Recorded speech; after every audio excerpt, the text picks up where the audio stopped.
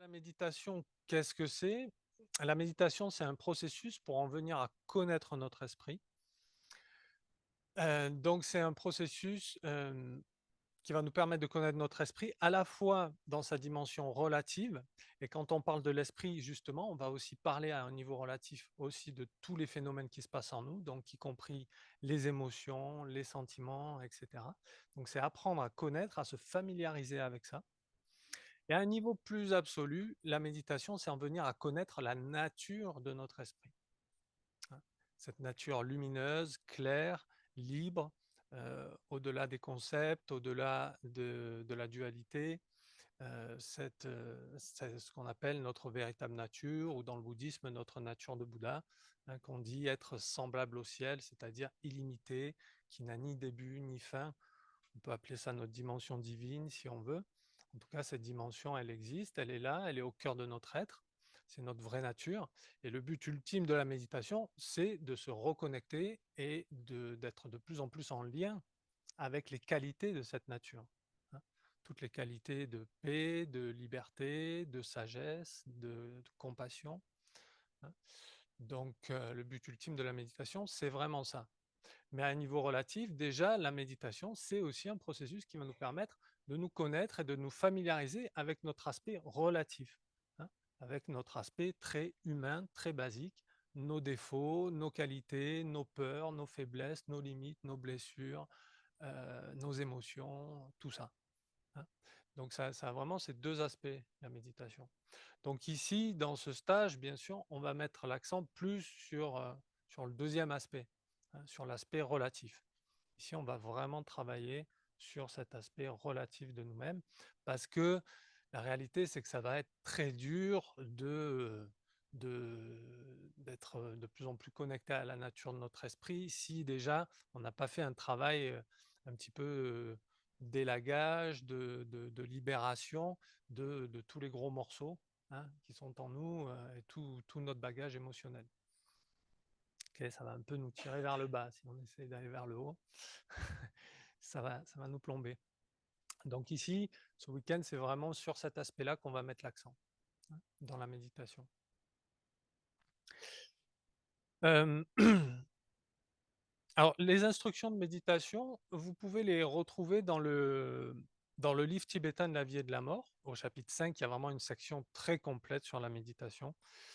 Donc ça, c'est quelque chose qui peut vous aider. Le livre tibétain de la vie et de la mort.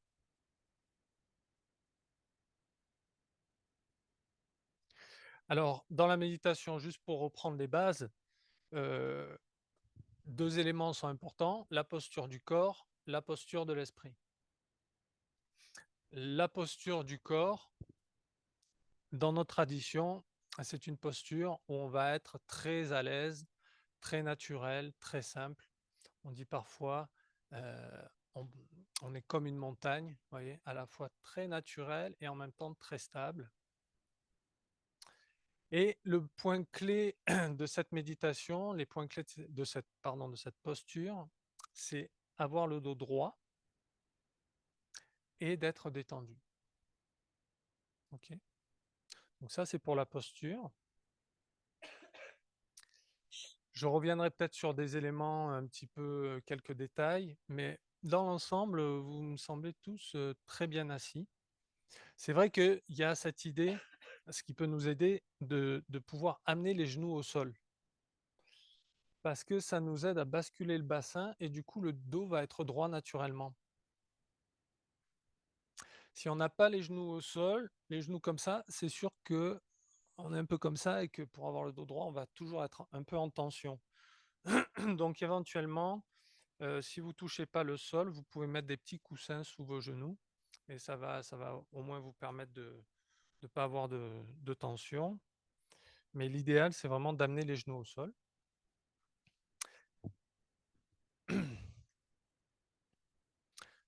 Et dans notre tradition, on met aussi les mains sur les genoux. On dépose tranquillement les mains sur les genoux dans ce qu'on appelle la posture de l'esprit à l'aise.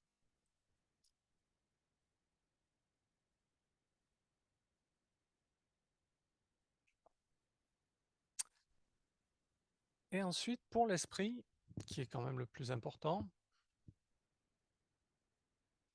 ben, l'essence de la méditation, c'est l'état de non-distraction, c'est l'état de présence.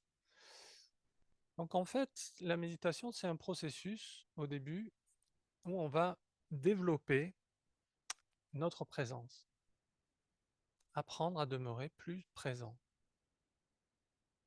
présent à ce qui nous entoure, et puis surtout, on va le voir, présent à soi-même, à ce qui se passe en nous. Donc ce qui nous empêche d'être présent, c'est l'implication incessante dans nos pensées. Les pensées ne sont pas un problème dans la méditation, ce qui est un problème, c'est l'implication dans ces pensées. Le fait, dès qu'on a une pensée qui s'élève, de partir, de s'accrocher, de partir dans toute une histoire. Donc ici, la première étape en méditation, ça va être d'être vigilant à cette distraction. Et chaque fois qu'on va observer que l'on est distrait, qu'on va observer que l'on est parti dans des histoires qui n'ont rien à voir avec ce qui est en train de se passer dans l'instant, simplement, on va lâcher ça et on va ramener notre attention à l'instant présent. Et pour s'aider de ça, on va utiliser notre respiration. Donc on va simplement ramener l'attention légèrement sur notre respiration. L'esprit va repartir, c'est pas un problème, on le ramène à nouveau. Il va partir à droite, on le ramène. Il part à gauche, on le ramène. Il part en haut, on le ramène.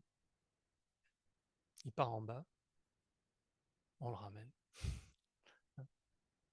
Encore et encore. Ok? Donc dans un premier temps, on va, on va appliquer cette pratique, cette méthode. On va commencer avec une méditation, justement, de quelques minutes.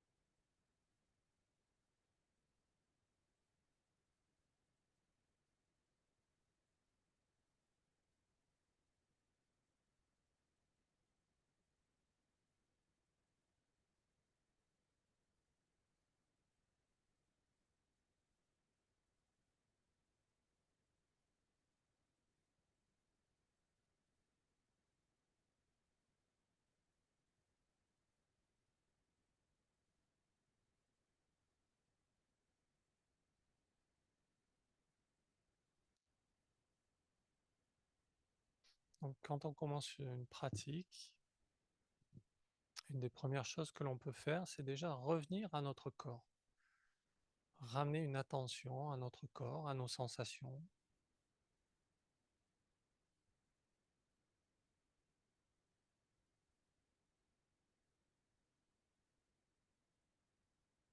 Peut-être qu'il y a des sensations agréables, des sensations désagréables.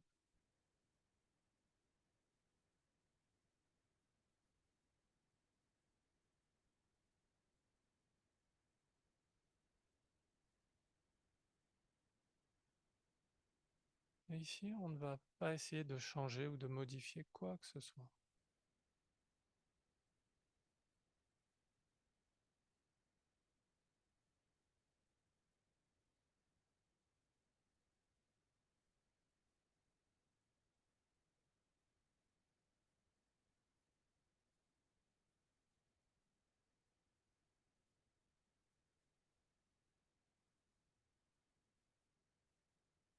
Puis dans ces sensations, il y en a une particulière, qui est la sensation liée à notre respiration. On reprend contact avec notre respiration de façon très naturelle.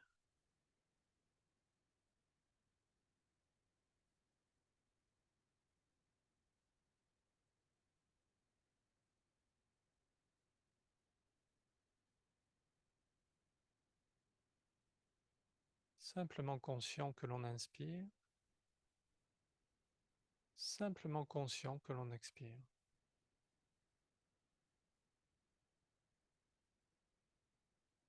Tranquillement.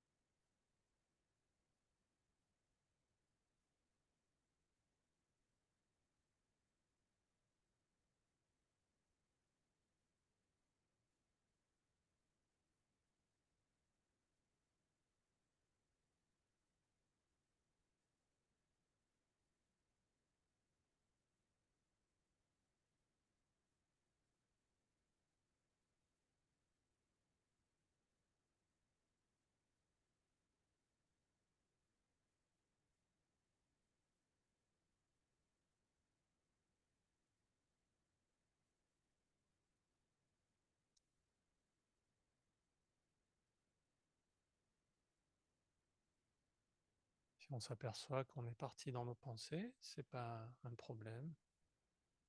Simplement on le note et on ramène notre attention légèrement à notre souffle, tranquillement.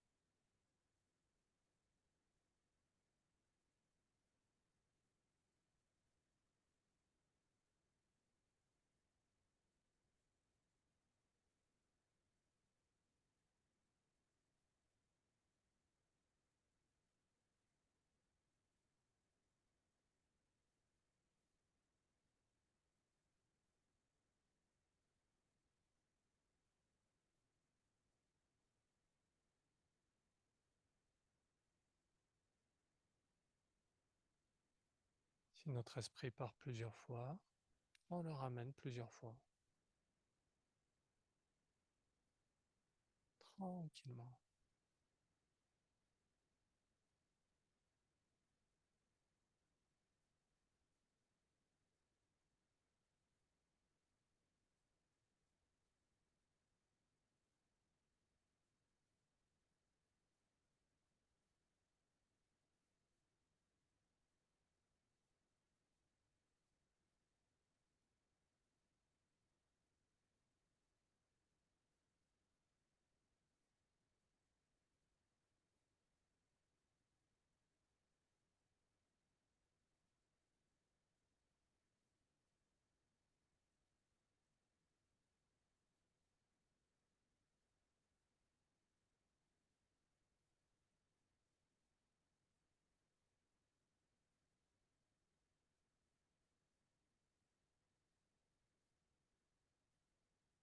petit à petit, on laisse notre énergie, notre esprit se déposer tranquillement.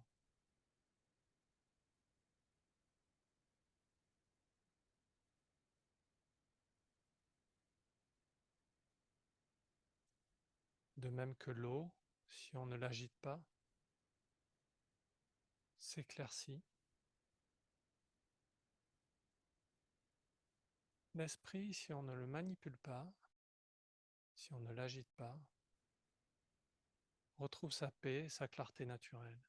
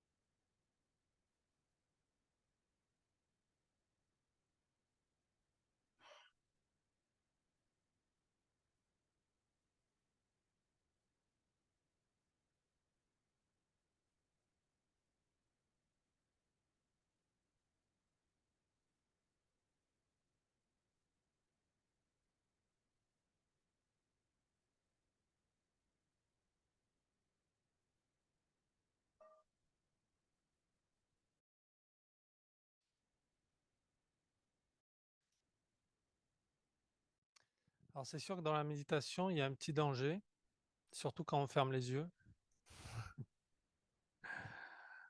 c'est de